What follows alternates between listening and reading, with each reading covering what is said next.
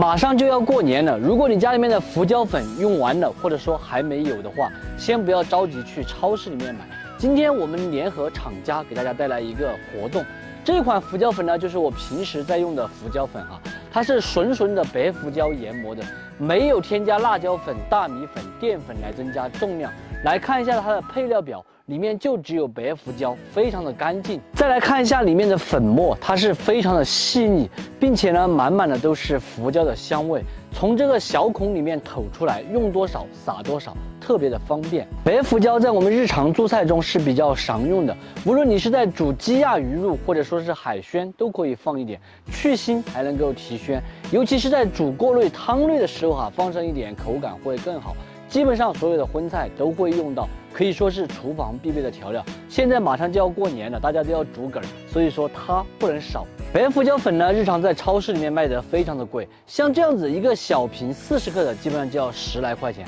今天我们给大家带来的是一个大瓶200克的，基本上家里面用个大半年的时间都没有问题了。咱们的粉丝呢也有一个专属的价格，特别的划算哈。喜欢的朋友呢可以直接点视频下方链接去购买哈，真的特别的划算。过年了一定要囤上一瓶做菜用。